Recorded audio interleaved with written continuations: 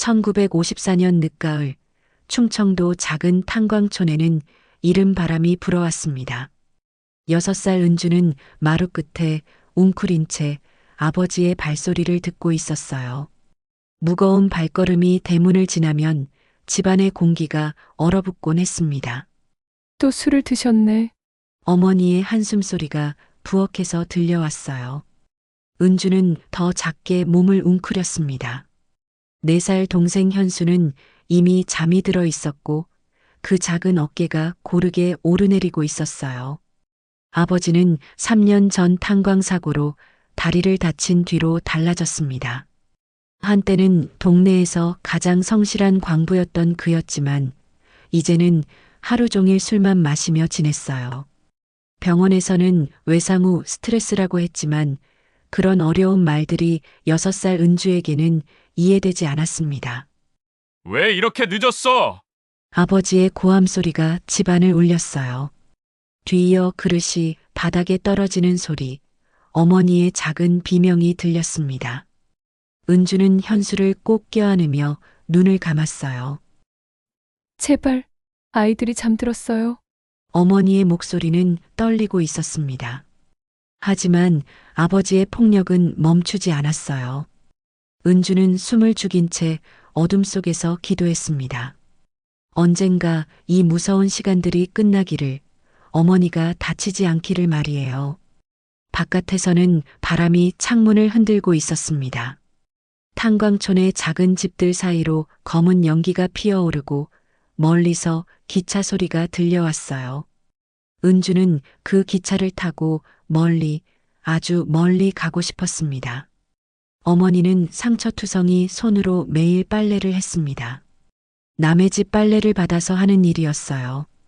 비누 거품 사이로 흘러내리는 것이 빨래 물인지 눈물인지 알 수 없을 때가 많았습니다. 은주야, 공부 잘해야 한다. 어머니는 늘 그렇게 말씀하셨어요. 글을 못 읽으시면서도 은주에게는 책을 사다 주었습니다. 낡은 동화책 한 권이었지만 은주에게는 보물 같았어요. 왜 공부해야 해요? 그래야 엄마처럼 살지 않을 수 있어. 어머니의 눈빛에는 희망과 절망이 섞여 있었습니다. 26살의 어린 어머니였지만 이미 세월의 무게가 그녀의 어깨를 짓누르고 있었어요. 밤이 깊어갈수록 집안은 더욱 조용해졌습니다. 하지만 은주는 알고 있었어요.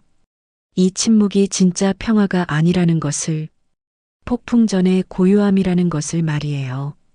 창밖으로 보이는 탄광의 검은 산더미들이 괴물처럼 보였습니다. 은주는 어머니의 품속에서도 늘 두려웠어요. 언제 또다시 무서운 일이 벌어질지 모르니까요. 그렇게 1954년의 겨울이 다가오고 있었습니다. 은주가 아직 모르는 더 큰 비극의 그림자가 이 작은 집을 향해 다가오고 있었어요. 1955년 여름, 장마가 시작되었습니다. 은준의 집 지붕에서는 빗물이 양동이로 떨어져 내렸어요. 딸각, 딸각. 그 소리가 은주의 마음을 더욱 무겁게 만들었습니다. 아버지의 상태는 날로 나빠지고 있었어요. 이제는 하루 종일 술에 취해 있었고 조그만 일에도 화를 냈습니다. 어머니는 더 이상 웃지 않았어요. 은주야, 현수 데리고 뒷방에 가 있거라. 어머니가 조용히 말씀하셨습니다. 아버지가 또 술을 마시고 들어오는 소리가 들렸기 때문이었어요. 은주는 현수의 손을 꼭 잡고 뒷방으로 들어갔습니다. 누나, 무서워. 현수가 은주의 치마를 붙잡고 말했어요. 은주는 동생을 품에 안고 토닥였습니다. 괜찮아. 금방 조용해질 거야. 하지만 은주도 무서웠어요. 오늘은 뭔가 다른 기운이 느껴졌습니다. 여보, 저녁 차려놓았어요. 어머니의 목소리가 떨리고 있었어요. 뭐라고? 이런 걸 밥이라고 차려놨어? 아버지의 목소리가 점점 커졌습니다. 그릇이 바닥에 떨어지는 소리가 들렸어요. 죄송해요. 다시 할게요. 다시? 뭘로 다시 해? 돈이 어디 있어? 은주는 현수를 더 꼭 안았습니다. 어머니가 아버지를 달래려 애쓰는 소리가 들렸어요. 하지만 아버지의 화는 점점 걷잡을 수 없이 커져갔습니다. 이 집안이 이 모양인 게 다 누구 때문이야? 여보, 제발, 아이들이. 그때 큰 소리가 났습니다. 무언가 쓰러지는 소리, 그리고 어머니의 작은 비명이었어요. 은주는 온몸이 떨렸습니다. 엄마, 은주가 뛰쳐나가려 했지만 현수가 붙잡았어요. 누나, 안 돼. 두 아이는 서로를 붙잡고 울었습니다. 밖에서는 계속 무서운 소리들이 들렸어요. 한참 후에야 조용해졌습니다. 은주는 조심스럽게 방문을 열어보았어요. 부엌에는 깨진 그릇들이 널려 있었고 어머니는 벽에 기대어 앉아 있었습니다. 엄마, 은주가 달려갔습니다. 어머니의 이마에서 피가 흘러내리고 있었어요. 괜찮아, 괜찮아. 어머니는 약한 목소리로 말씀하셨습니다. 하지만 얼굴이 창백했어요. 엄마. 아파요? 조금 괜찮을 거야. 어머니는 은주의 손을 꼭 잡았습니다. 그 손이 차갑게 떨리고 있었어요. 아버지는 이미 나가버린 후였습니다. 은주는 어머니를 부축해서 방으로 모셨어요. 현수는 여전히 울고 있었습니다. 은주야, 어머니가 힘없이 불렀어요. 네. 엄마, 엄마가 만약 안 좋은 일이 생기면 무슨 말씀이세요? 너는 꼭 살아야 해. 현수도 지켜주고. 어머니의 눈에 눈물이 고였습니다. 은주는 무서웠지만 고개를 끄덕였어요. 네. 엄마, 약속할게요. 그날 밤 비가 더 세게 내렸습니다. 은주는 어머니 곁에 앉아서 밤을 지새웠어요. 어머니의 숨소리가 점점 약해지는 것 같았습니다. 새벽 무렵 어머니는 은주를 불렀어요. 은주야, 가까이 와. 네. 엄마, 너는 이렇게 살면 안 돼. 꼭 공부해서 다른 삶을 살아야 해. 어머니의 목소리는 간절했습니다. 네. 엄마, 공부 열심히 할게요. 그리고 무서운 일이 생기면 참지만 말고 꼭 말해야 해. 은주는 어머니의 말뜻을 완전히 이해하지 못했습니다. 하지만 그 간절한 눈빛만은 가슴에 새겨졌어요. 아침이 되자 어머니는 더 이상 깨어나지 못했습니다. 은주는 현수를 안고 어머니 곁에서 울었어요. 이제 정말로 무엇인가를 해야 할 때가 왔습니다. 7살 은주에게는 너무 큰 결심이었지만 어머니의 마지막 당부가 마음속에 울렸어요. 참지만 말고 꼭 말해야 해. 은주는 현수의 손을 잡고 일어났습니다. 이제 침묵할 수는 없었어요. 어머니가 세상을 떠난 지 사흘이 지났습니다. 은주는 현수와 함께 빈집에 남겨졌어요. 아버지는 어머니 장례 후에도 집에 들어오지 않았습니다. 누나, 배고파봐. 현수가 울먹이며 말했어요.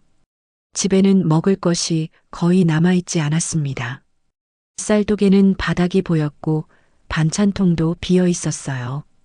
은주는 어머니가 숨겨둔 돈을 찾아 동네 구멍가게에 갔습니다. 하지만 가게 아주머니는 고개를 저었어요. 은주야, 너희 아버지가 외상값도 안 갚고 있어서. 제발요. 현수가 너무 배고파해요. 은주가 간절히 부탁했지만 아주머니는 딱딱한 표정을 지었습니다. 안 돼. 미안하지만 우리도 장사해서 먹고 사는 거야. 집으로 돌아오는 길 은주의 마음은 무거웠어요. 동네 사람들의 시선도 차가웠습니다. 모두 은주네 집안 사정을 알고 있었지만 아무도 도와주려 하지 않았어요. 누나, 언제 밥 먹어? 현수가 또 물었습니다. 은주는 대답할 수가 없었어요. 그때 이웃집 할머니가 나와서 말씀하셨습니다. 은주야, 너희 고모 소식은 들었니? 고모요? 서울에 계시던 고모 말이야. 너희 어머니가 돌아가셨다는 소식을 들으셨을 거야. 은주는 고모를 기억했어요. 어머니의 동생으로 몇 년 전에 한 번 집에 오셨던 분이었습니다. 그때 어머니와 긴 이야기를 나누셨던 기억이 났어요. 고모가 오실까요? 글쎄다. 연락해보지 그러니? 하지만 은준의 집에는 전화가 없었습니다. 우체국까지 가야 전화를 걸 수 있었어요. 은주는 현수를 업고 먼 길을 걸었습니다. 우체국 아저씨는 친절하게 전화를 걸어주었어요. 한참 후에 고모의 목소리가 들렸습니다. 은주야? 정말 은주구나. 고모, 은주는 목이 메어 더 이상 말할 수 없었어요. 울지 마. 고모가 금방 갈게. 고모의 목소리는 따뜻했습니다. 현수도 괜찮지? 네. 하지만 아버지가 은주는 아버지 이야기를 꺼내기 어려웠어요.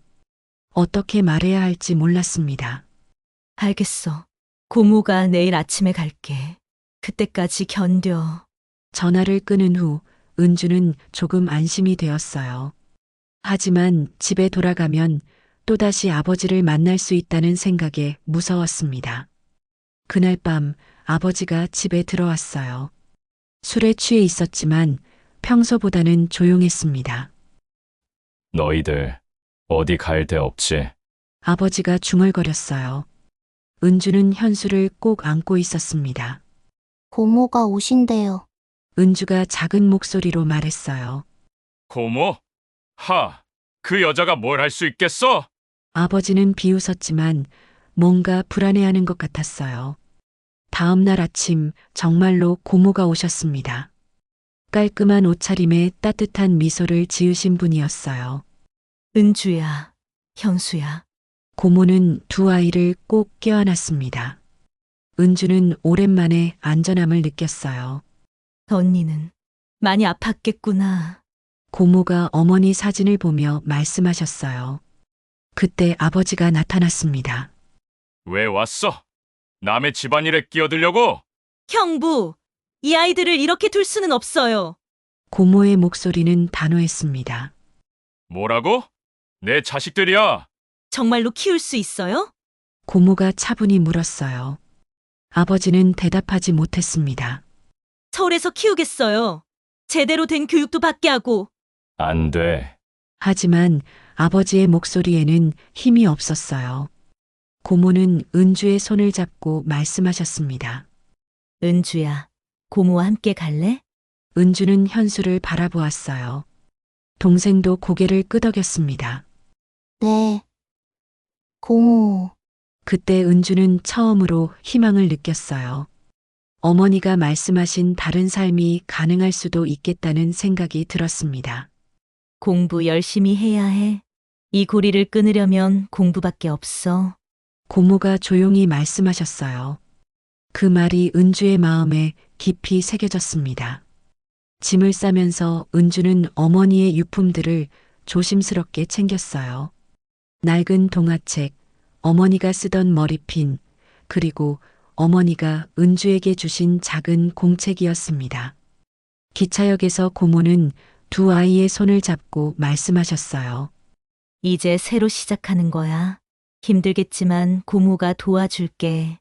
기차가 출발하자 탄광촌이 점점 멀어졌습니다. 은주는 창밖을 바라보며 다짐했어요. 공부해서 어머니가 꿈꾸던 삶을 살겠다고. 그리고 언젠가는 어머니가 당부하신 대로 진실을 말할 용기를 갖겠다고 말이에요. 1975년 봄 26살의 은주는 첫 교단에 섰습니다.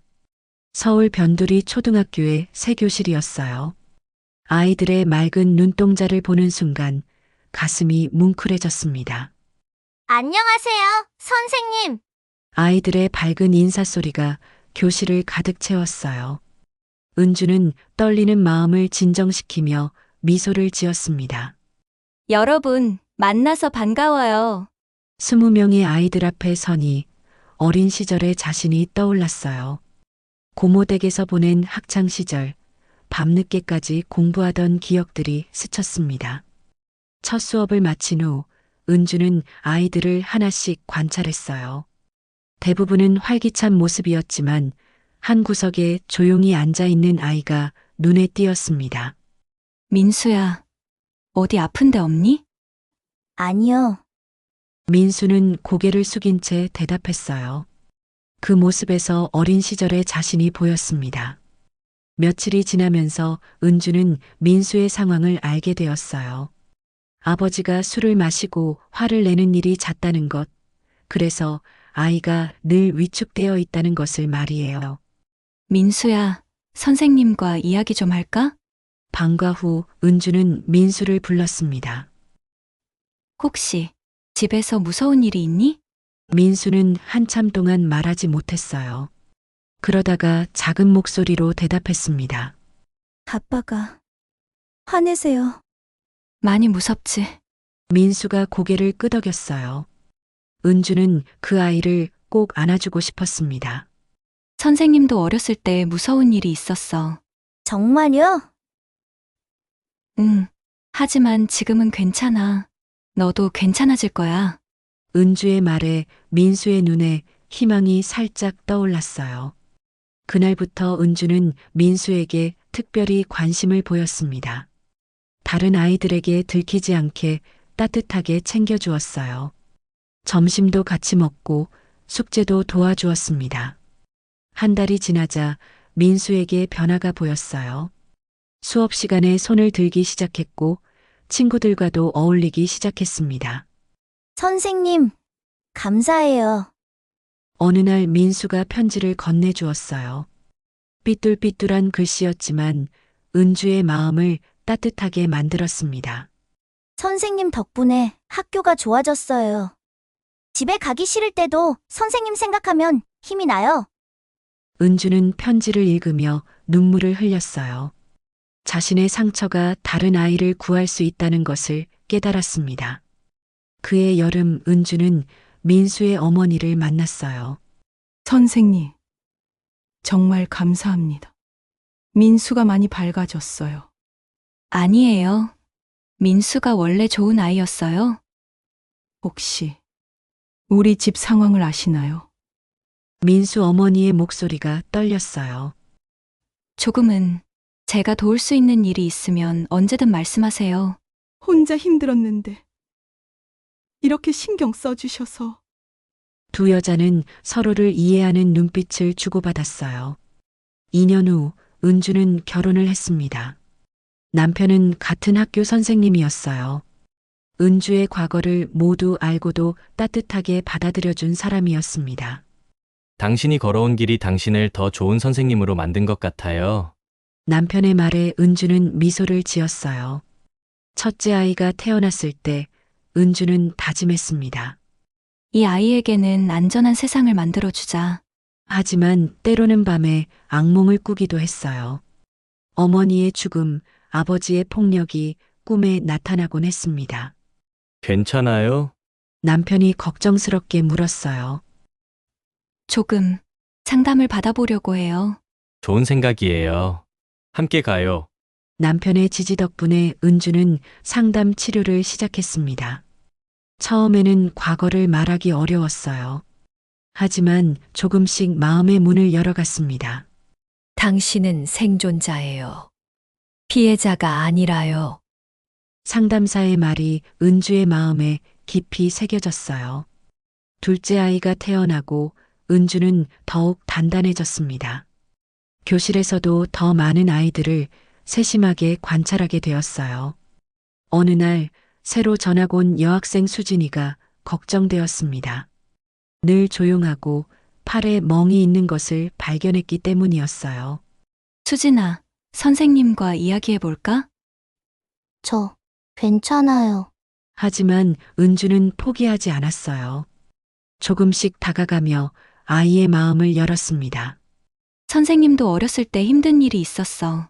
그때 나를 도와준 사람이 있었기 때문에 지금의 내가 있어. 수진이의 눈에 눈물이 고였어요. 누군가에게 말해도 될까요? 물론이야. 용기 있는 일이야. 그날 은주는 수진이와 함께 상담실을 찾았어요. 아이를 보호하기 위한 첫걸음이었습니다. 선생님, 감사해요. 혼자가 아니라는 걸 알게 됐어요. 수진이의 말을 들으며 은주는 깨달았어요. 자신의 상처가 이제는 다른 사람을 치유하는 힘이 되었다는 것을 말이에요. 그날 밤 은주는 일기에 썼습니다. 나는 더 이상 피해자가 아니다. 나는 살아남았고 이제 다른 아이들을 지킬 수 있다. 2018년 은주는 69살이 되었습니다. 정년 퇴직한 지 4년이 지났지만 여전히 지역 아동센터에서 봉사를 하고 있었어요. 할머니, 오늘도 와주셨네요. 아이들이 환하게 웃으며 달려왔습니다. 은주의 얼굴에도 자연스럽게 미소가 번졌어요. 응. 할머니가 어떻게 안 올 수 있겠니? 센터 원장이 다가와서 말했어요. 선생님, 다음 주에 강연 요청이 하나 더 왔어요. 여성 단체에서요. 또요? 최근 들어 은주에게 강연 요청이 자주 들어왔습니다. 아동 보호에 관한 경험을 나누어 달라는 것이었어요. 집에 돌아와서 은주는 두 자녀와 저녁을 함께 했습니다. 아들 민호는 의사가 되었고 딸 수연이는 사회복지사로 일하고 있었어요. 엄마, 요즘 강연 많이 하시네요. 수연이가 말했어요. 생각보다 많은 분들이 관심을 가져주시더라. 힘들지 않으세요? 민호가 걱정스럽게 물었습니다. 괜찮아. 오히려 마음이 한결 가벼워지는 것 같아. 은주는 차를 마시며 창밖을 바라보았어요. 어린 시절의 그 무거운 침묵이 이제는 많은 사람들과 나누는 희망의 이야기가 되었습니다. 다음 주 강연장에는 100여 명의 사람들이 모였어요. 은주는 떨리는 마음으로 단상에 올랐습니다. 안녕하세요. 저는 40년간 초등학교 교사로 일한 김은주입니다. 청중들이 조용히 귀를 기울였어요. 오늘 여러분께 제 이야기를 들려드리려고 합니다. 쉽지 않은 이야기지만 꼭 필요한 이야기라고 생각해요. 은주는 천천히 자신의 어린 시절을 이야기하기 시작했어요. 탄광촌의 가난한 집, 아버지의 폭력, 어머니의 죽음까지. 청중석에서는 조용한 흐느낌 소리가 들렸습니다. 저는 오랫동안 그 일을 숨기고 살았어요. 부끄럽고 무서웠거든요. 하지만 교사가 되고 나서 깨달았습니다. 제 상처가 다른 아이들을 구할 수 있다는 것을요. 은주는 민수와 수진이의 이야기도 들려주었어요. 어떻게 그 아이들을 도왔는지, 그 과정에서 자신도 어떻게 치유되었는지를 말이에요. 침묵은 상처를 키울 뿐입니다. 하지만 용기 있게 말하면 그 말이 누군가의 희망이 될 수 있어요. 강연이 끝나자 박수가 터져 나왔습니다. 한 젊은 여성이 눈물을 흘리며 다가왔어요. 선생님, 저도 어렸을 때 비슷한 일이 있었어요. 그런데 아무에게도 말하지 못했어요. 이제라도 늦지 않았어요. 도움을 받을 수 있는 곳이 있으니까요. 은주가 그 여성의 손을 꼭 잡아주었어요. 그날 밤 집으로 돌아온 은주는 오래된 상자를 꺼냈습니다. 그 안에는 어머니의 유품들이 들어 있었어요. 낡은 동화책, 머리핀, 그리고 작은 공책. 공책을 펼쳐보니 어린 은주가 쓴 글이 있었어요. 엄마, 나는 꼭 살아남을게요. 그리고 엄마가 하지 못한 말을 대신할게요. 은주는 그 글을 보며 미소를 지었어요. 며칠 후 은주에게 특별한 편지가 도착했습니다. 몇 년 전에 도왔던 수진이에게서 온 편지였어요. 은주 선생님께 저는 이제 26살이 되었습니다. 사회복지사가 되어 아이들을 돕는 일을 하고 있어요. 선생님께서 저에게 용기를 주셨듯이 저도 다른 아이들에게 희망을 주고 싶습니다. 은주는 편지를 읽으며 또다시 눈시울이 뜨거워졌어요. 엄마, 편지 보세요. 수연이가 다른 편지를 가져왔어요. 아동센터에서 온 감사 편지였습니다. 은주 선생님의 이야기를 듣고 용기를 낸 엄마들이 많아졌습니다. 덕분에 더 많은 아이들이 도움을 받을 수 있게 되었어요. 저녁 무렵 은주는 남편과 함께 산책을 나갔어요. 석양이 아름답게 지고 있었습니다. 당신이 자랑스러워요. 남편이 말했어요. 왜요? 용기 있게 말하는 거 쉬운 일이 아니잖아요. 저도 이렇게 될 줄은 몰랐어요. 은주가 웃으며 답했어요. 어머니가 보시면 정말 기뻐하실 거예요. 그날 밤 은주는 일기를 썼습니다. 오늘도 누군가의 용기가 되었다. 내 상처가 이제는 누군가의 희망이 되었다. 어머니가 마지막에 하신 말씀을 이제야 완전히 이해한다. 참지 말고 말하라고 하셨던 것은 나 하나만을 위한 것이 아니었구나. 창밖으로 별이 반짝이고 있었어요. 은주는 그 별빛을 보며 생각했습니다. 70평생 상처로 시작했지만 사랑으로 끝내고 싶다고. 그것이 어머니께 드릴 수 있는 마지막 선물이라고 말이에요. 아침이 오면 또다시 아동센터에 갈 것입니다. 오늘도 누군가가 도움을 필요로 할 테니까요. 그리고 은주는 기꺼이 그들의 손을 잡아줄 것입니다. 상처받은 사람이 상처받은 사람을 가장 잘 이해할 수 있다는 것을, 그래서 세상이 조금씩 더 따뜻해질 수 있다는 것을 믿으면서 말이에요.